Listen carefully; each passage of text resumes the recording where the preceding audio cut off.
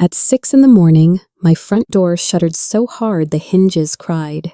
I stood barefoot on the cold tile pulse, sinking with the pounding boom boom boom, like someone trying to punch a hole in my chest.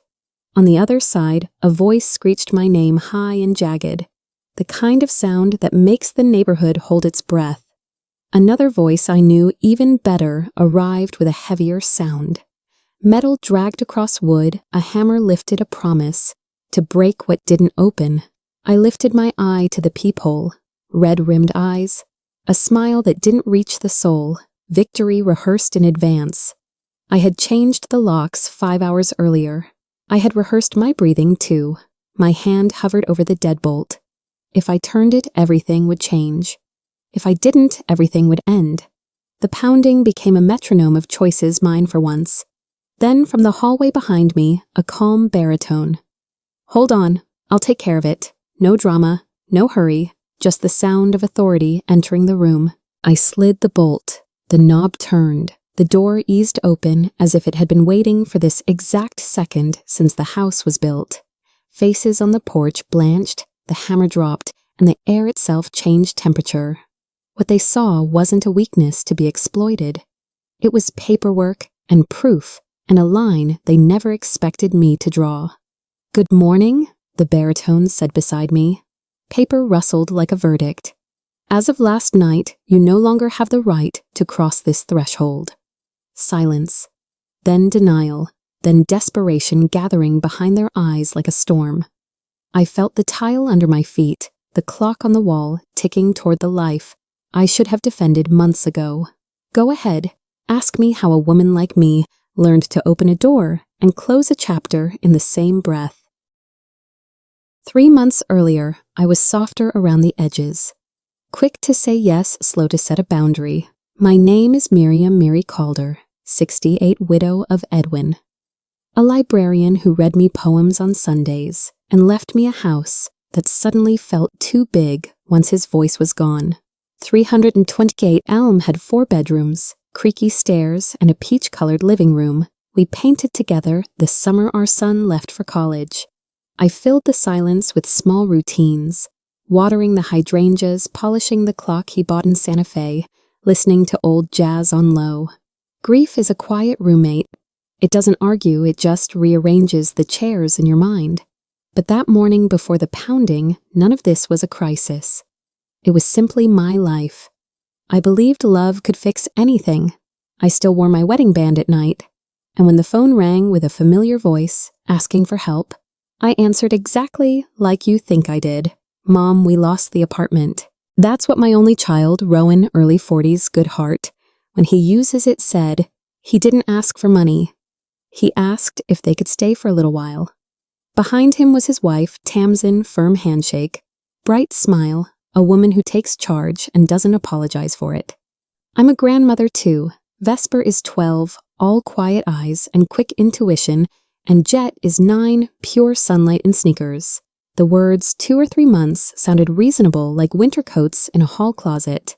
I pictured pancakes at my table homework, spread out beside the salt shaker movie nights, couch to couch. I said yes before the kettle boiled. That's what mothers do. We imagine the laughter first and the logistics later. When I hung up, I set out extra towels, aired the spare rooms, and told myself this would be healing for all of us. I had no idea what kind of healing requires a tourniquet. They arrived in a small rental truck that seemed to multiply boxes the longer it sat in my driveway. I told myself it was sensible, why pay for storage? And I carried in what I could, the way you do when you still believe temporary means something. The kids ran straight to the backyard swing. Vesper returned with a shy hug that said, "We're safe here." Jet asked about the glow-in-the-dark stars on the ceiling of the old room their dad once slept in. I felt my chest loosen. It's funny what resets your breathing, a child's hand, the scrape of a box against hardwood you've mopped 1,000 times. That night we ate tomato soup and grilled cheese, because comfort comes with grill marks. We laughed about nothing in particular. I stacked flattened boxes by the door, ready to recycle in a week. On my way to bed, I glanced at the living room and thought this house finally sounds alive again. It did, just not with me. Change rarely introduces itself as theft. It shows up as we need space. And this angle looks better. By noon the next day, the big green armchair, Edwin's favorite, had been muscled into the garage until we figure out the layout. I stood where it used to be and felt the room tip. It's only a chair, I told myself. People throw out chairs all the time. Still, I pressed my fingers into the armrest imprint and remembered Sunday jazz and the gentle thud of a book closing. Tamsin said cheerfully efficient. We'll get a slipcover, freshen the vibe. Rowan kissed my temple and said, Mom, you'll love it. Love takes work, so does silence. I didn't fight over upholstery. Instead, I fetched felt pads for the sofa feet. Little compromises keep the peace, I thought.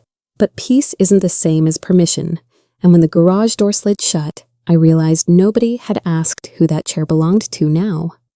The answer should have been obvious. When my mother taught me to embroider, she said every stitch is a promise you'll make time for beauty, even when no one's looking. Years ago, I sewed those dining room curtains.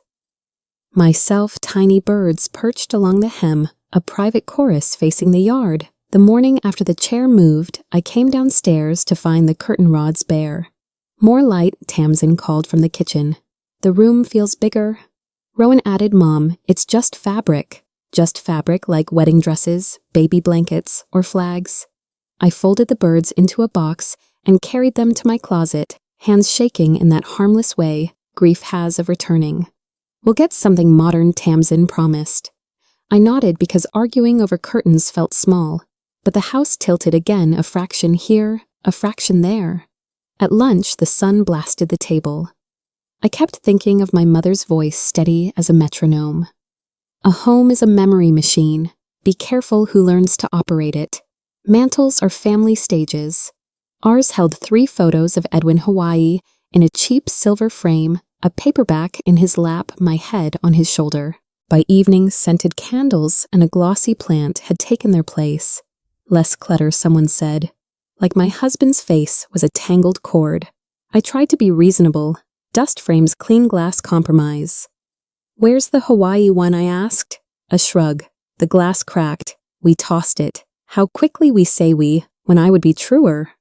I searched anyway, half convinced the photo would blink into existence if I opened enough drawers. It didn't. I stood in the hallway holding an empty frame, the kind of hollow that makes noise. Rowan put an arm around me.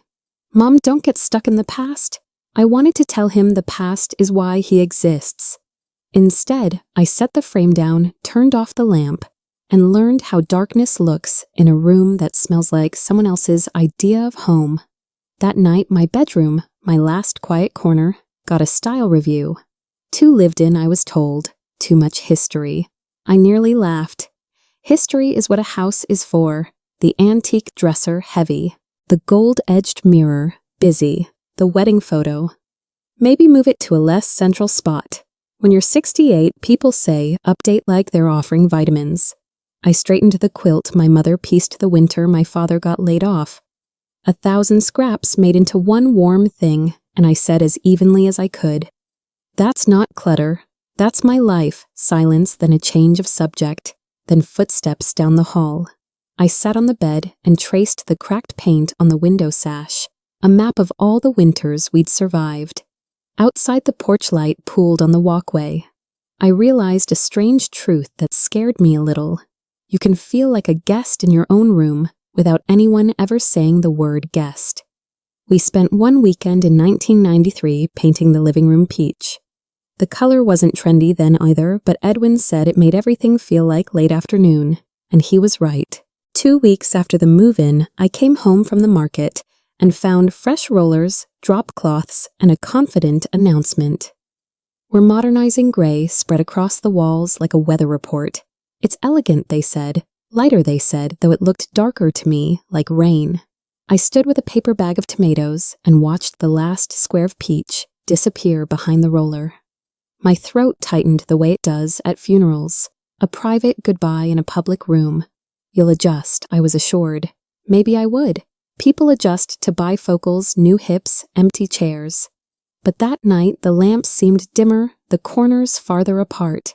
When I turned off the TV, the silence sounded metal. Elegance, it turns out, can be cold. I wrapped a blanket around myself and didn't feel any warmer. The candles on the mantel smelled expensive and slightly sour, like a department store trying to be a forest. I turned one off, then another, chasing a headache that wasn't just about scent. The couch was in a new place. The rug was rotated. The clock ticked on fair and indifferent.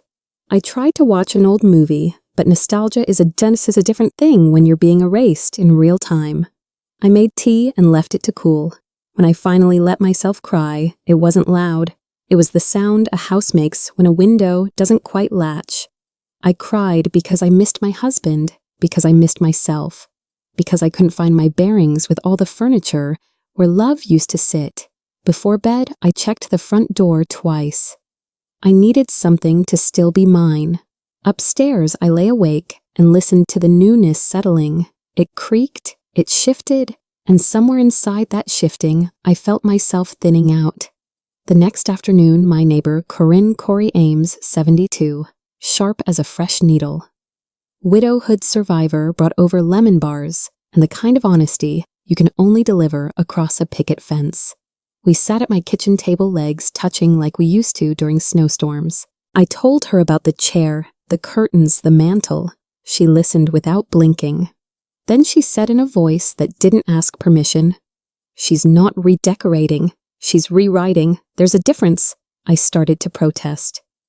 "They're family. It's temporary," but Corey tapped the table twice. "Miri, a house tells on you.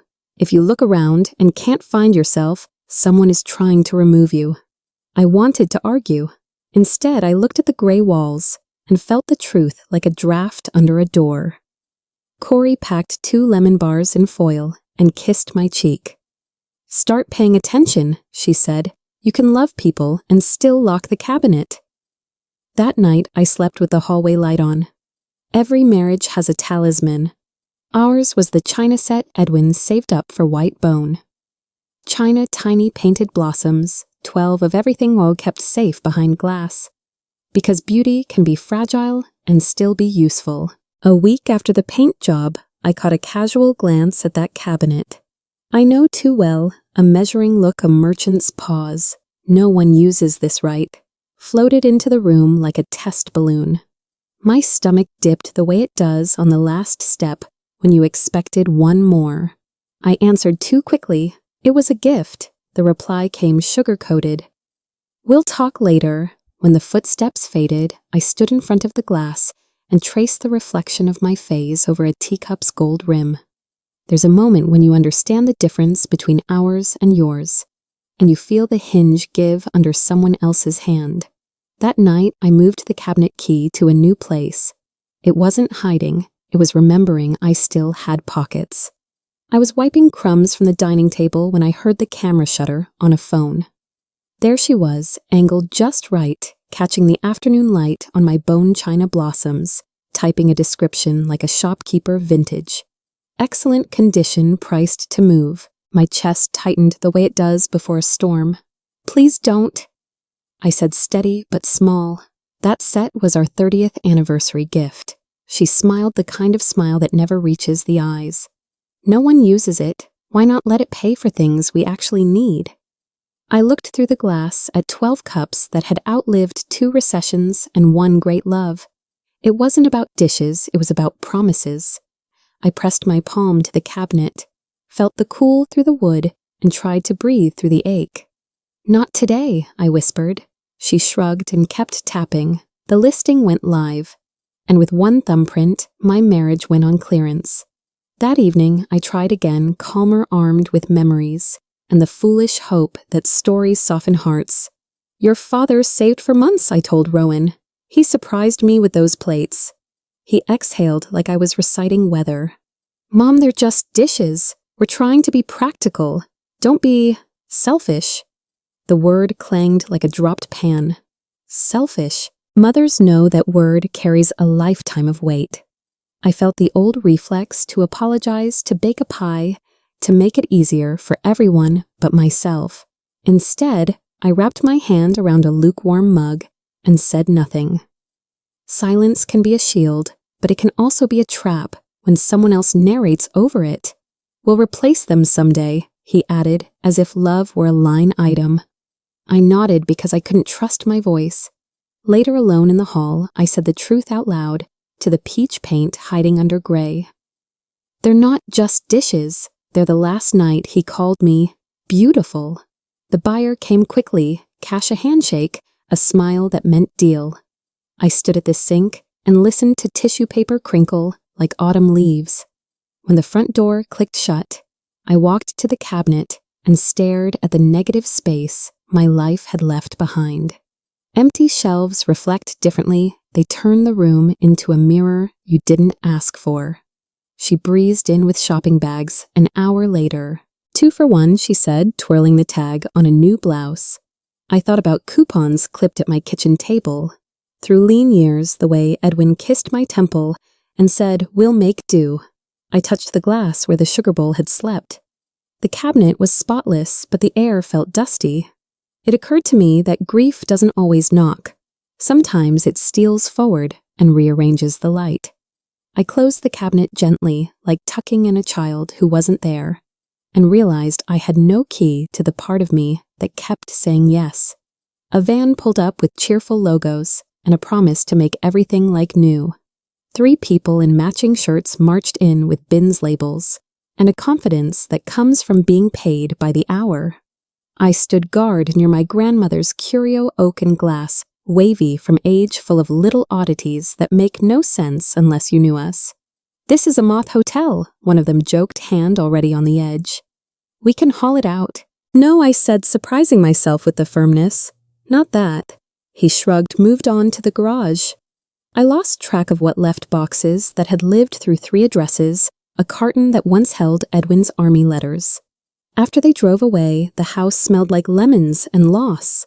The baseboards gleamed, the corners echoed. I found a lone furniture glide on the floor like a coin tossed by a stranger. I kept it in my pocket, a reminder, if I don't name what matters, someone else labels it trash. On Sundays, we used to spin records while soup simmered Ellington Brubeck, a scratched Billie Holiday that always caught on the same sigh. I went to the garage to fetch a sleeve and found a rectangle of dust where the boxes had been. Scratched. Couldn't be played, I was told, as if music stops being music when it shows its age. I pressed my fingertips into the empty space until they came away gray. You don't have to be a collector to understand some grooves are family scriptures. I pictured Edwin in the green chair that no longer lived in our house, tapping his ring on the armrest, making a snare drum of love. I wanted to ask where the records went, to demand a receipt from the dumpster, to turn time back with a stubborn wrist. Instead, I opened the back door and let the cold air hit my face.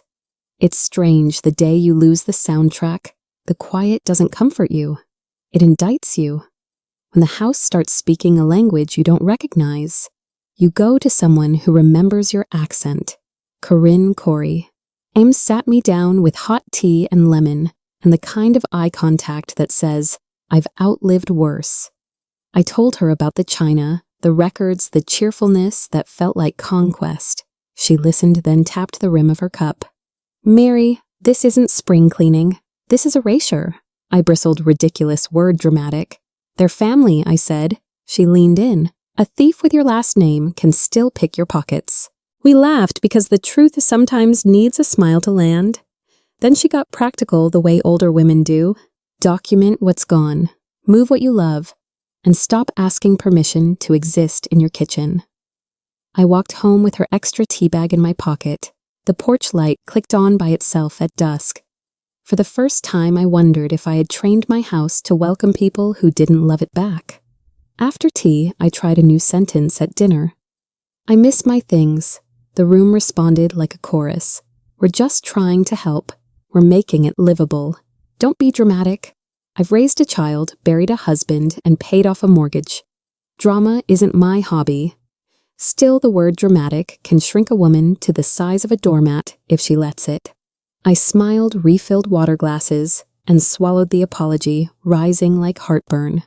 That's the trick of guilt. It puts you on trial for wanting what you already own. Later, folding towels, I tried to remember the first time I learned to say, "I'm sorry for needing space." Was it at 6 when I asked for the bigger piece of cake? Was it at 20 when I didn't want to loan my favorite sweater? I stacked the towels too neatly, trying to smooth a feeling that wasn't wrinkled.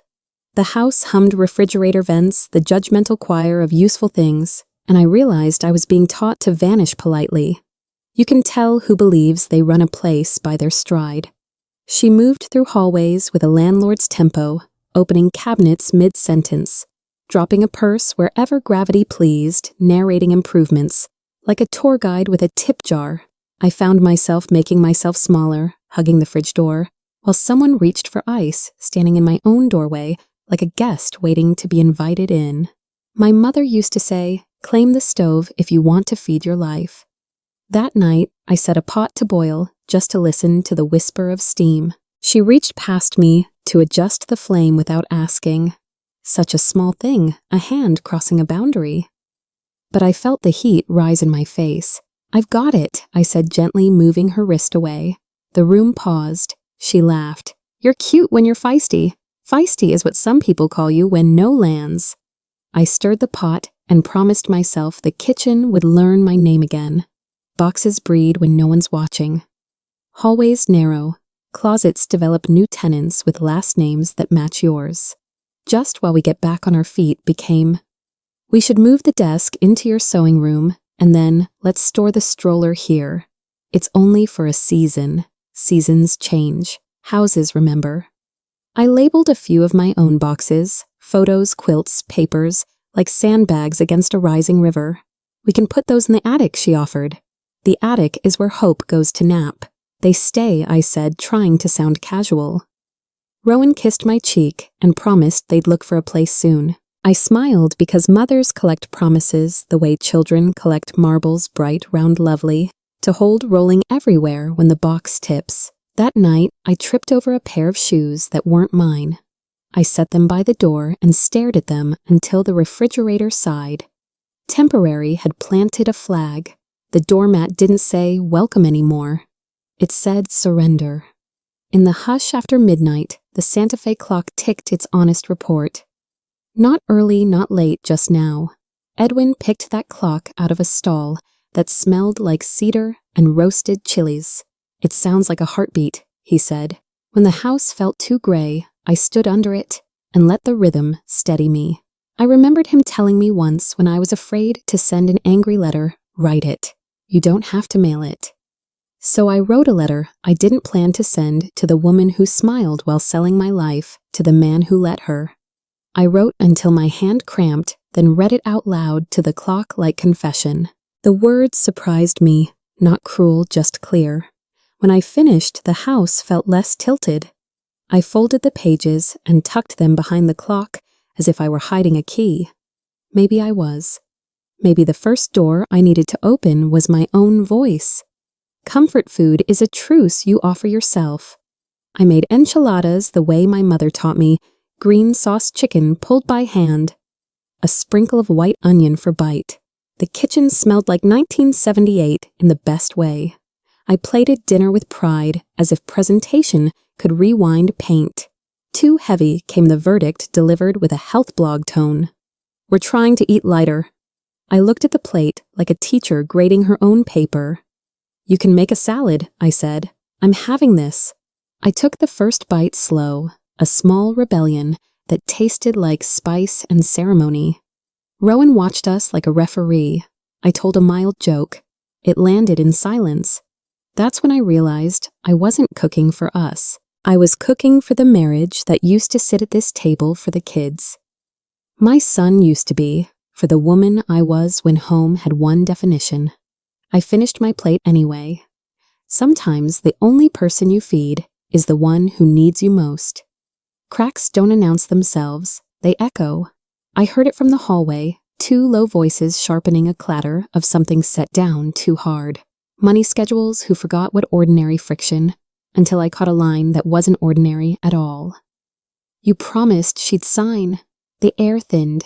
I stepped back into the shadow, the way deer freeze at the tree line.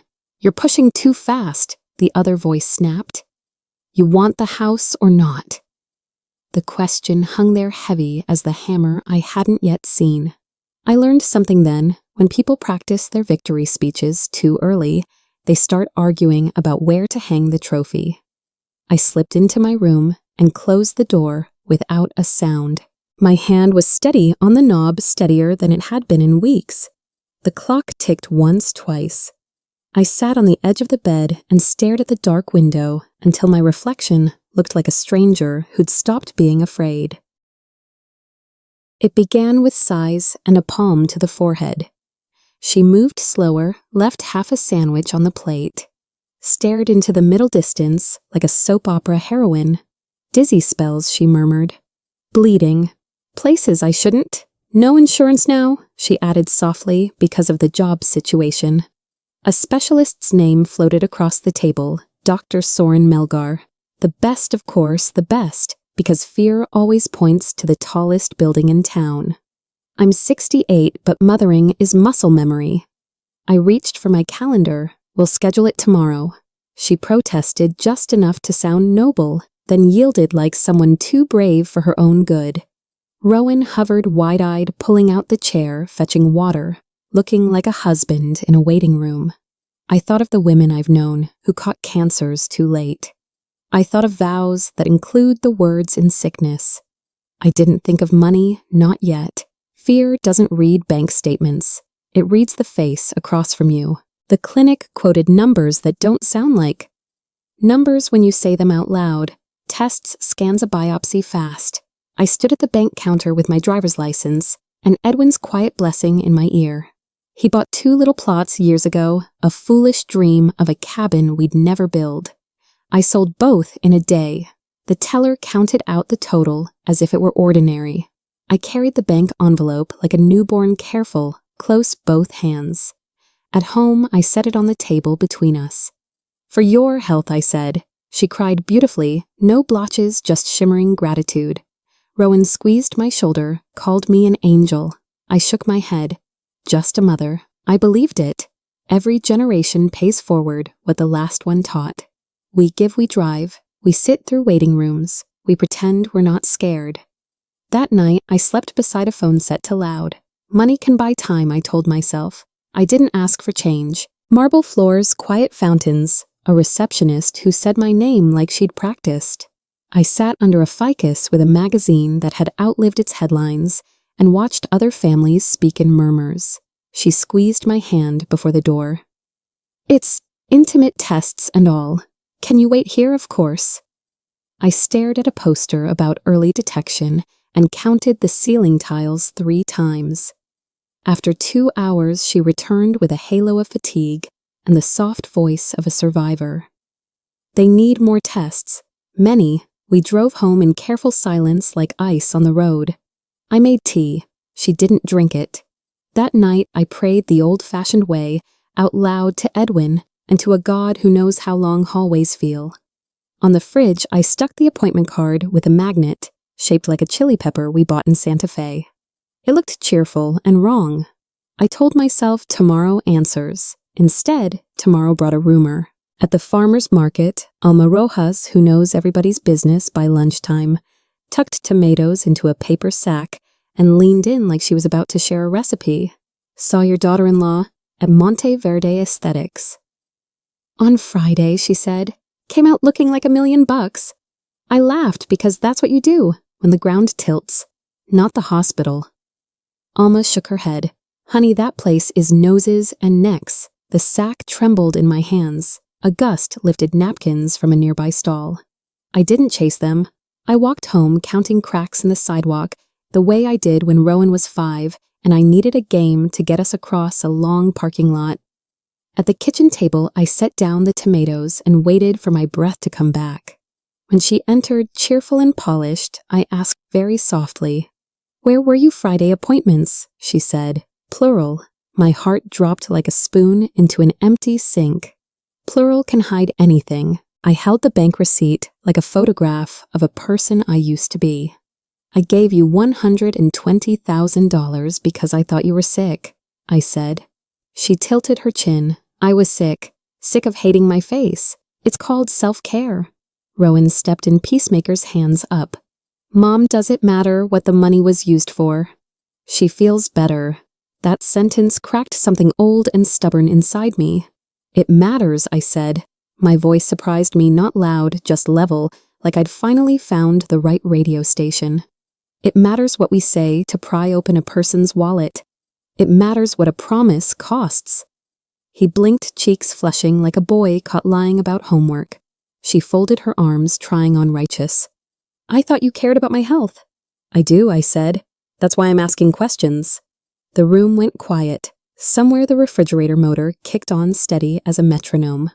I realized I wasn't shaking. They were. The hours after a truth are oddly domestic. Laundry still cycles. The dog in the yard still barks at nothing. I made a sandwich and didn't eat it. The math in my head refused to balance land-sold envelopes, opened a face edited. I kept thinking about the cost of quiet, what you pay to keep the peace, what you pay again when the peace is counterfeit. I almost told them to leave that night. Instead, I looked at the couch, at the backpacks by the door, at the calendar, with the kids' school events circled in blue. I hate empty houses. The silence gets heavy. So I swallowed hard and said what women say when the ground hasn't finished falling. Let's try again tomorrow.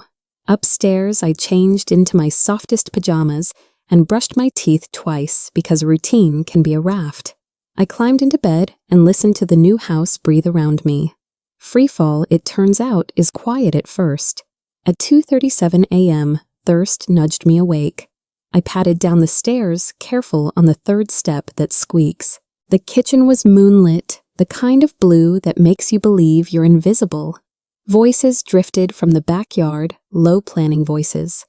I moved toward the sound the way you move toward a cry in the dark, not brave, just pulled. Through the glass, I saw silhouettes, a phone screen lighting a face smoke.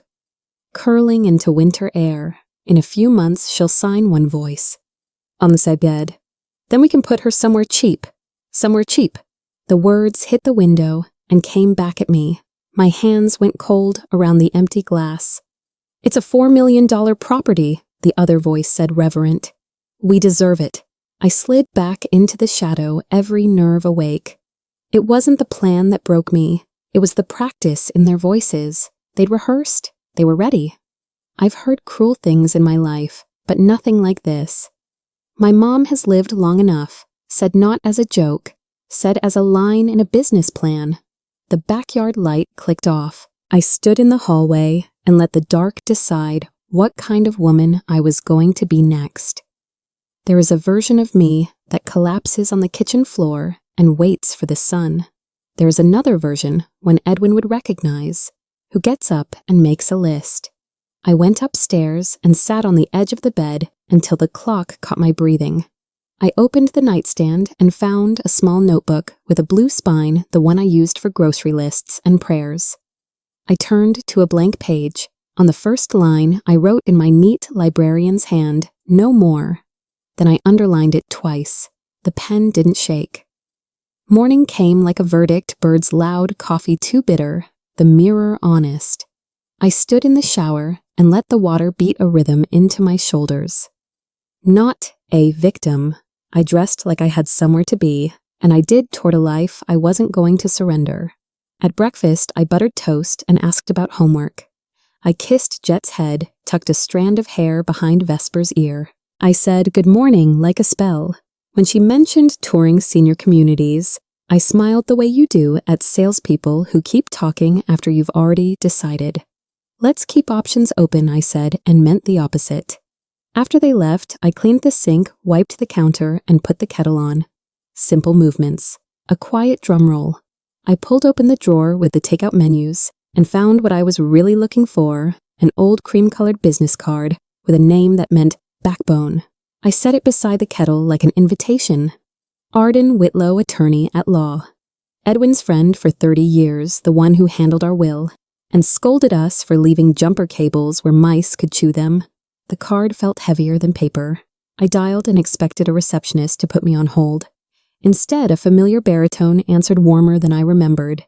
Miriam, I was wondering when you'd call. The way he said it told me Edwin had predicted this day. The way some men predict rain by the ache in their knees. I didn't cry. I told him the short version, house changes money, gone whispers at midnight. He listened like he was taking a deposition. "Can you come in today?" he asked. "Yes," I said already. Looking for my keys. Before I left, I glanced at the hallway mirror and saw a woman who looked startlingly awake. I tucked the card into my purse the way you tuck a note to yourself. In case I forgot why I was going, I wouldn't. His office smelled like old books and strong coffee, which is to say it smelled like decisions. Arden didn't rush me. I told the long version this time, dates, numbers, what was said, what wasn't. He wrote sparingly, then leaned back, hands steepled. "What you're describing," he said, "is financial elder abuse." The words landed like a gavel. Not melodrama, not misunderstanding, a crime. We'll need evidence. Concrete. Recordings help. Documents help more. I slid the bank receipt across the desk. He scanned it, nodded once. "Good. Now we build a wall around your home. There are ways." He outlined terms I could understand. Trust's life estate, filings that don't care about. Crocodile tears. While we prepare, he added, "You must act exactly as you have been." No hint. I thought of theater. I thought of Sunday school. "I can do that," I said. He smiled the way men smile when they see their friend's wife turning into steel. "Of course you can." I left with a folder and a spine. At home, I moved like it was any Tuesday. I packed a lunch for the kids. I folded a towel. I asked about a soccer practice we all knew wasn't happening this week. Then I opened a drawer and took out the small digital recorder Corey's grandson had given her last Christmas. She'd never used it. I clicked it on and heard my breath steady and low. That night, I slid it behind a plant in the hallway outside their room. I didn't feel sneaky. I felt sober. In the morning, while coffee dripped, I listened to my house wake up, and to voices making plans that didn't include me. I copied the files, labeled them with dates like a librarian shelving truth. After lunch, I met Arden again. He was already drafting an irrevocable trust that would put the deed where greed couldn't reach it. "We move quickly," he said. "We move quietly," I answered, and for once I liked the quiet. Corey handed me a gadget no bigger than a thumb drive. "My grandson says it's foolproof." She winked, then showed me the single switch and the tiny light that meant truth is listening. I'm not afraid of technology. I just like labels and drawers. We practiced at her table, testing 1, 2. I said, then played it back, and heard a woman who didn't sound shaky at all. Corey packed it in a tea tin because older women know the best hiding places. On the walk home, I thought of every PTA meeting, every library board vote. How authority often belongs to the person who takes notes. In my kitchen, I set the tin beside the sugar and swept the counter the way my mother did before making something important. When the house settled and the vents hushed, I slid the recorder into my pocket and felt its small weight against the change. Testing, I whispered to the hallway one last time. The light answered yes. The next morning, I put on my apron and made pancakes shaped like Mickey Ears, Jet's favorite, and let the house smell like Saturdays used to smell. I hummed while I rinsed berries. I asked about homework soccer, the science fair. I laughed at a joke that wasn't funny because comfort has its own choreography. She watched me the way a cat watches a bird, then relaxed when I didn't fly.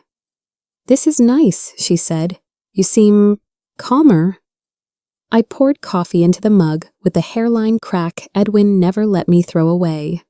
Maybe I am. Mothers learn early that sometimes you win by not announcing the game. I moved quietly, folded towels, wiped the sink. Texted Corey an emoji only grandmothers use. When the dishwasher clicked on, she leaned back and said to no one in particular, "See, she's being reasonable." Reasonable is what people call you when they think you've stopped resisting. I smiled into the steam. The batter sizzled. Inside me, steel cooled. That night when the house did its after-hours creak, I slid the tea tin from the pantry and palmed the recorder like a coin. I tucked it behind the spider plant in the hallway outside their room, angled toward the crack where words escape. Then I walked away, slow, unremarkable the way you carry laundry. In my own room, I read a devotional I wasn't actually reading and waited for the red light to do its work. Voices came the way heat comes slowly, then all at once.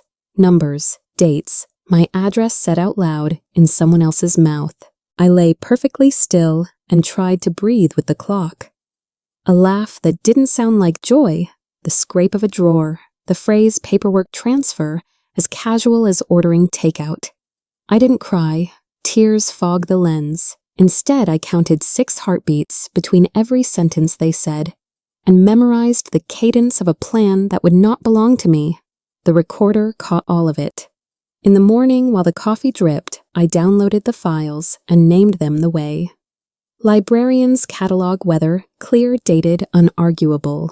I listened with headphones so small they looked like earrings. She'll sign by May. Cheap facility, $4 million. The sentences didn't guess. They declared, my name repeated like punctuation. I paused to steady my breathing and wrote the timestamps on a yellow sticky note. Each number an anchor thrown into a storm. The best line didn't roar. It hissed, we deserve it. I leaned back and stared at the ceiling until the kitchen paint came into focus. Then I opened a new folder and labeled it the way I needed to proof. I copied the files twice, one to the cloud. Vesper showed me one to a flash drive I slid into the pocket of Edwin's old tackle box. Before I closed the laptop, I created one more file and named it like a prayer, This Is Enough MP3. For the first time it was. Arden explained the trust in plain English, put the deed in a legal box no one can open without my say-so. I keep the right to live here as long as I breathe. After the house roots to the kids on terms I define. It wasn't about punishment. It was about preserving what a marriage built. He slid a draft across the desk, and my finger traced the word irrevocable, the way you trace a seam to check its strength. Think of it like weatherproofing, he said. Older adults talk about roofs and gutters because we've lived through leaks. I pictured rain hitting a new sealant and rolling off. You'll still pay the taxes. Choose the paint host Christmas, he added. You just won't be movable. The pen felt heavier than it should have when I initialed page after page. By the last signature, the tremor in my hand was gone. You just bought yourself peace, Arden said. Not bought, I corrected gently. Protected. I asked for one more safeguarded clause that said the house couldn't be sold even by future beneficiaries. Homes can be lost in good times too, I told Arden, remembering neighbors who cashed out and never found their footing again. He nodded and wrote it in the do not sell promise until the grandchildren are older and steadier, until they understand that equity isn't just money, it's memory. We set the beneficiaries as Vesper and Jet, 25 and up. No loopholes, no quick flips.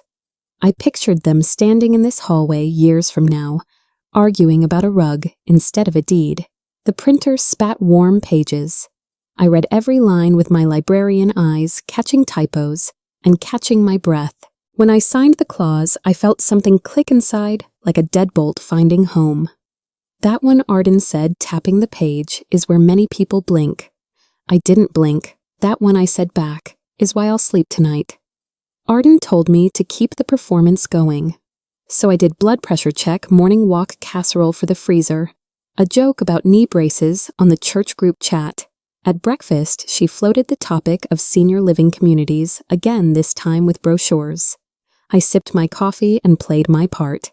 Maybe down the road, I said. Doctor says I've got years. The fork paused midway to her mouth. Just a beat, a micro flinch like a swimmer misjudging the depth. Then the smile returned. That's wonderful.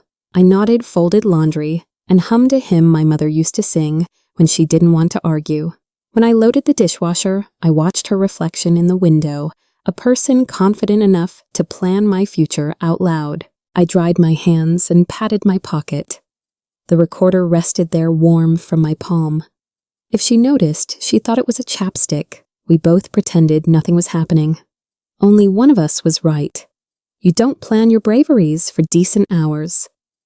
I called a 24-hour locksmith and met him at the porch light with a whisper. Pax Donnelly had the kind of face People tell the truth to tired kind unshocked. All the exterior locks, I said, quietly. He nodded like I was asking for flour. Tools whispered, metal clicked. He worked the way nurses work, efficient, respectful. When he finished, he laid 4 small keys in my open hand. They felt heavier than a wedding ring. Anyone else have copies, he asked. No, I said, and my voice didn't shake. I paid him in cash I'd withdrawn in small sums the way women do when we're building an exit or a plan. On his way down the steps, he paused. Good luck, ma'am. I locked the door behind him and stood in the dark living room, the new tumblers singing a sound only I could hear. It wasn't triumph. It was a boundary finally audible. The next evening, I made spaghetti and floated the line. Maybe we should look at a few places just to have a plan. Paperwork can be tricky. I kept my tone mild the way you do when you're suggesting a Sunday drive. She brightened the way people brighten at a clearance rack. Exactly. You don't want a mess later.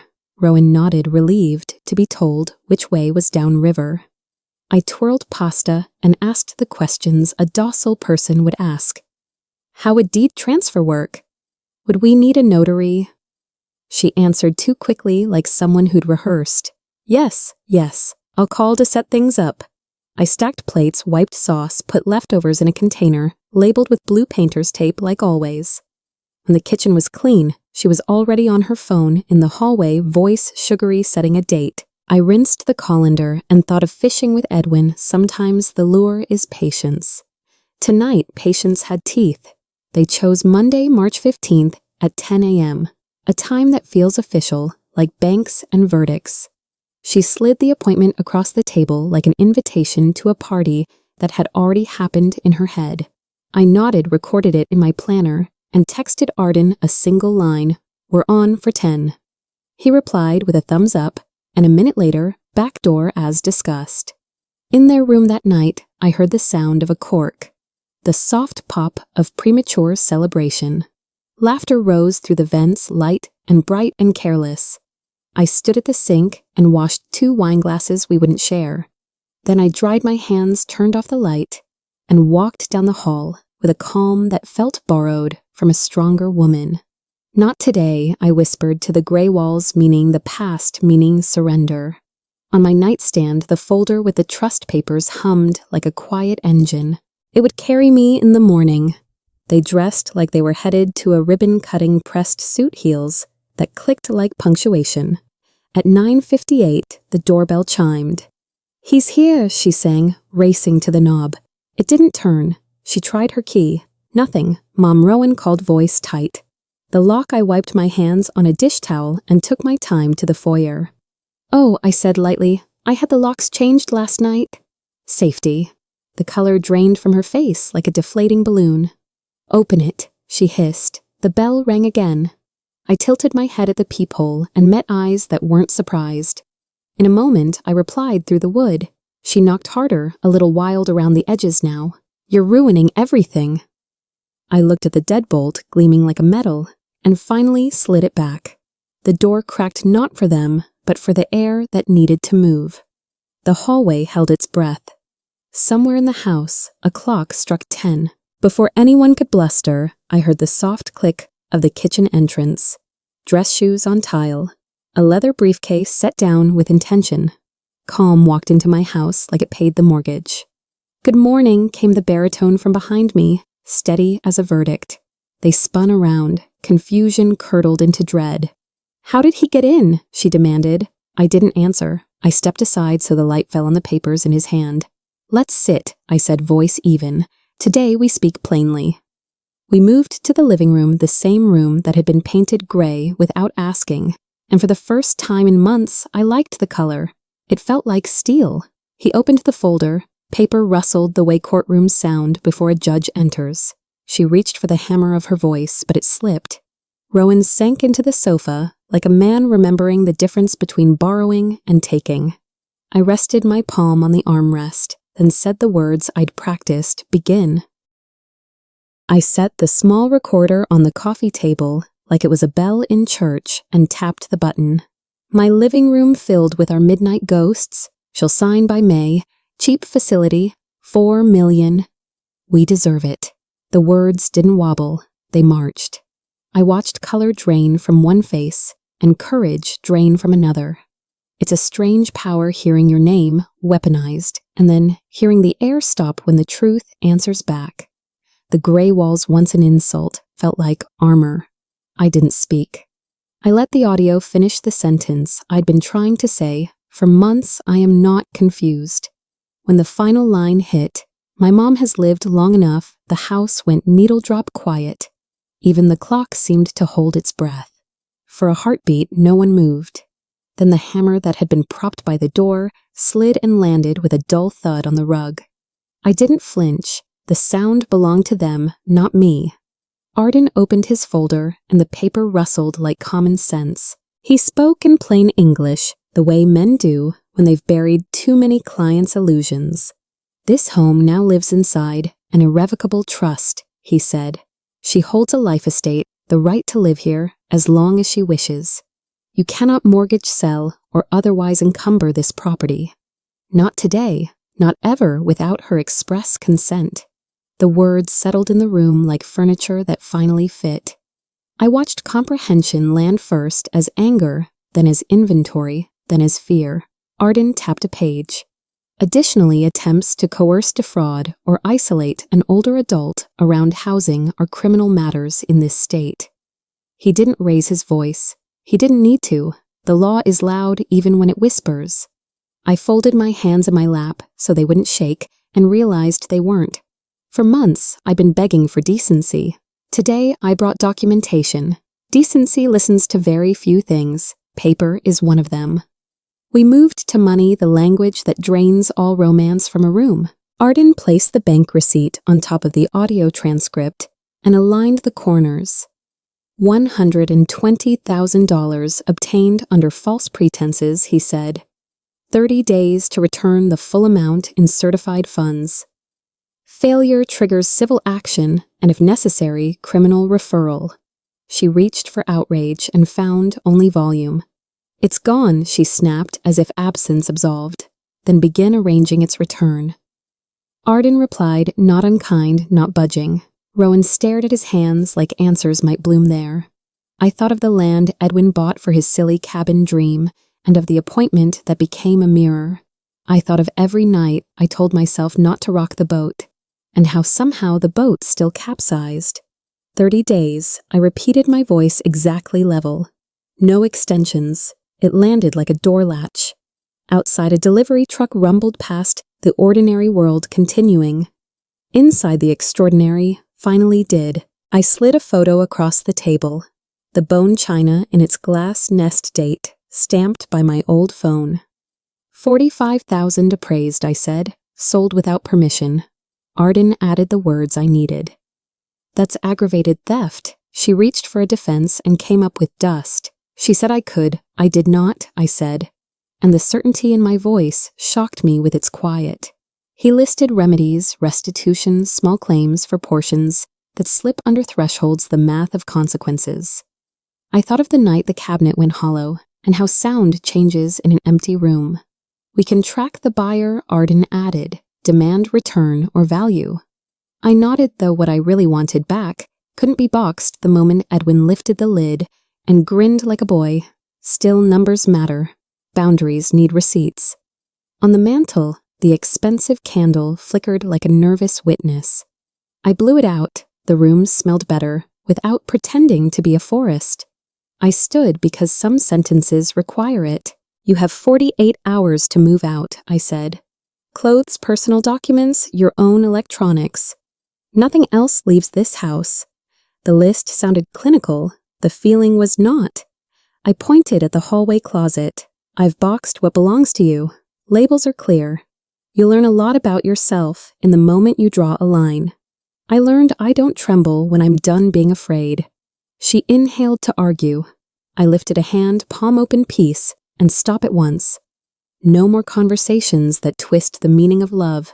No more redefining generosity as obligation. 48 hours. Arden nodded a small gavel.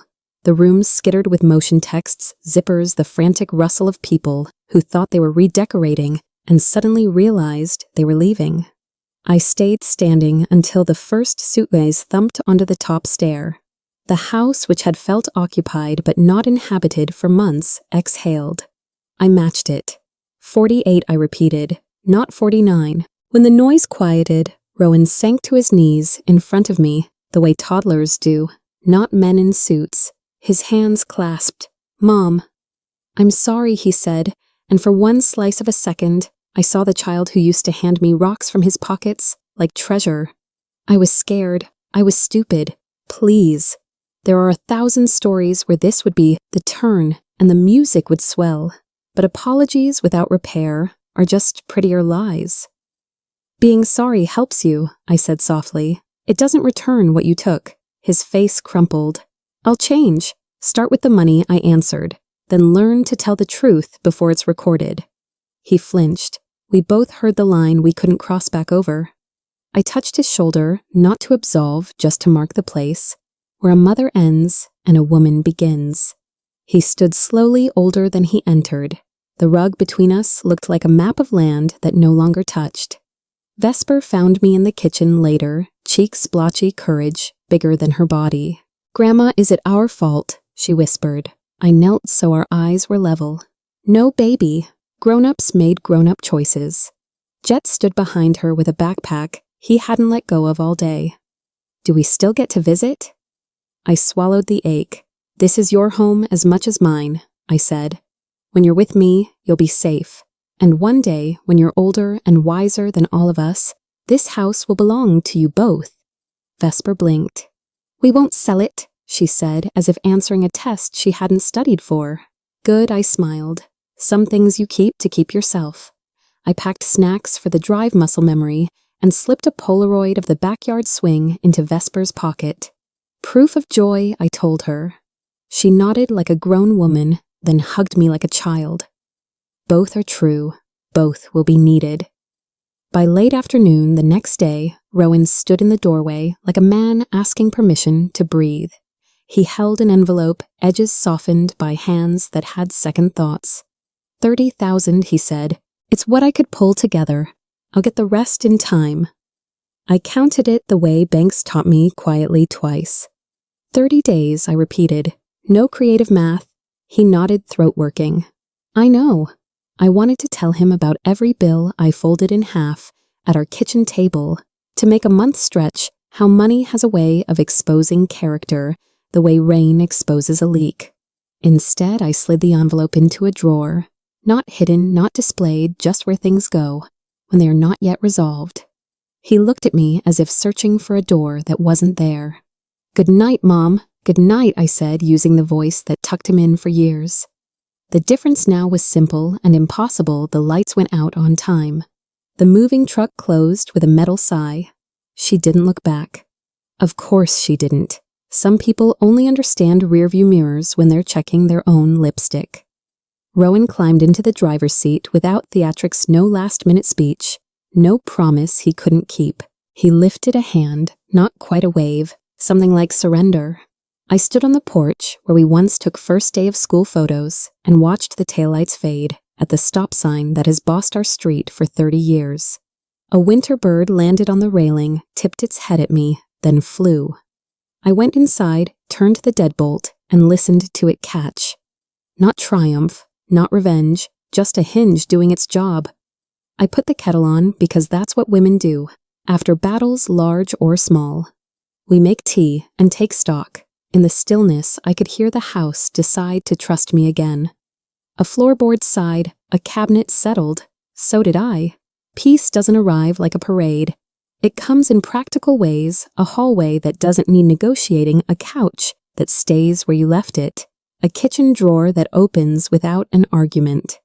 I walked through each room with my hand on the wall, reacquainting myself with edges. I set Edwin's green chair back where it belonged and let my whole body remember the shape. I found one of his old records tucked behind a toolbox. The cleaners had missed Billy the Sigh still catching in the same place. I didn't cry. I set the needle down and let the scratch be part of the song. In the mantle's empty spot, I placed a photo of us, that isn't fancy, just two people mid-laugh, blurry with joy. The clock ticked like normal breathing. I slept with the window cracked and woke once to the softest sound, my own heart unclenching. Morning would bring paint chips and curtain fabric and new routines. Tonight brought something better enough. Spring found us. I painted the living room peach, again a color doctors don't prescribe and algorithms don't trend, but it looks like late afternoon, and that's enough. I stitched new curtains crooked in places, which means a person made them. I joined a watercolor class at the community center and met 3 women who could teach a course in surviving. We laugh like teenagers and carry tissues like grandmothers. One evening the phone rang, Grandma Vesper. Her voice had grown edges and hope. I wanted you to know, we're okay, and you were right. She told me things I already knew and things I didn't. Ending with, can I come over this weekend? Any weekend, I said. After we hung up, I stood by the window with a mug of chamomile and watched the light move across the room. We painted in 1993 and again in June. I thought of all the doors I've opened and closed in this house. I thought of the one I guard now inside me. Dignity is priceless. I didn't keep everything, but I kept what no one can steal, my dignity, my peace, and the right to live unafraid in my own home. The green chair is back where it belongs. The walls glow peach like late afternoon. The clock still keeps honest time, and the new locks click with a sound that means I decide. I learned a hard truth worth passing on. Family does not erase your lines.